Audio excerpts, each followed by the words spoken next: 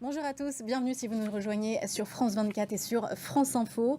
L'avenir de l'avenir de l'Ukraine est dans l'OTAN, ont affirmé ce mardi les pays membres de l'Alliance lors du sommet de Vilnius.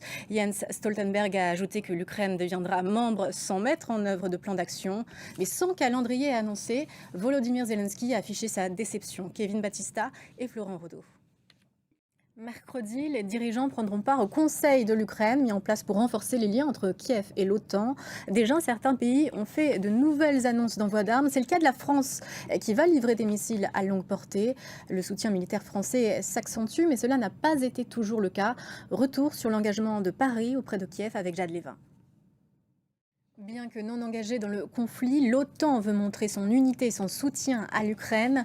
Non loin de la frontière, en Roumanie, les soldats de l'Alliance se livrent à des exercices militaires d'envergure. Regardez ce reportage de Valérie Lerouge et Yann Moine. Dans l'actualité également, les manifestations contre la réforme judiciaire en Israël, après l'adoption lundi d'une mesure cruciale censée affaiblir le contrôle judiciaire de l'action gouvernementale. Direction le cœur de Paris à présent, avec une étape clé dans la reconstruction de Notre-Dame. La charpente, véritable colonne vertébrale de l'édifice, est arrivée ce mardi sur le chantier. 1200 chaînes ont été travaillées comme au Moyen-Âge pour supporter le toit de la cathédrale. L'achèvement des travaux est prévu pour décembre 2024. Pierre-Yves Salic, Fabienne Blévis et Mathieu Auville.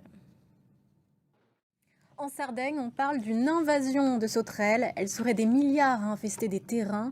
Apparues en 2019 dans des champs laissés à l'abandon, elles causent aujourd'hui d'immenses dégâts à l'économie de la région. Et c'est la fin de ce journal. Merci de l'avoir suivi. Prochaine édition dans une quinzaine de minutes.